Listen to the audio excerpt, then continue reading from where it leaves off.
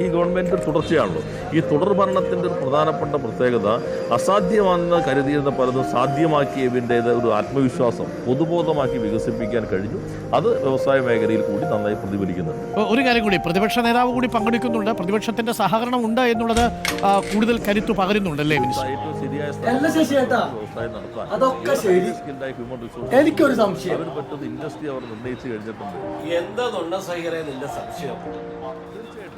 ഭാരതം എന്ന പേര് കേട്ടാൽ അഭിമാനപൂരിതമാകണം അന്തരംഗം. കേരളം എന്ന് കേട്ടാലോ തിളക്കണം ചോര നമുക്കും ഞരമ്പുകളിൽ. നമ്മുടെ സമ്പദ്ഘടനയുടെ കുതിപ്പിന്റെയും കവിക്ക് തെറ്റു പറ്റിയില്ലേ ശശിയേട്ടാ? എന്താണ് തെറ്റ്? ഭാരതം എന്ന പേര് കേട്ടാലല്ലേ ചോര തിളക്കേണ്ടത്? താല്പര്യപത്രങ്ങൾ ക്ഷണിക്കുകയും വള്ളത്തോൾ പറഞ്ഞത് ശരിയല്ലേ? നമ്മുടെ കവികൾ ദീർഘദർശനമുള്ളവരാണ്. ദൈവത്തിന്റെ സ്വന്തം നാട് ലോകത്തിന്റെ നെറുകയിലാണ്.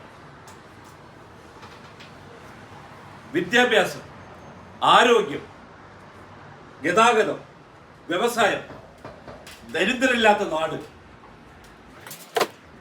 നമ്മുടെ കേരളം നമ്പർ 1 അല്ലേ? ഓക്കെ വന്നില്ലേ, നിപ്പ വന്നില്ലേ, പ്രളയം വന്നില്ലേ, കോവിഡ് വന്നില്ലേ, ചേർത്ത് നിർത്തിയില്ലേ, പൊരുതി ജയിച്ചില്ലേ? അതാണ് കേരളം, നമ്പർ 1 കേരളം.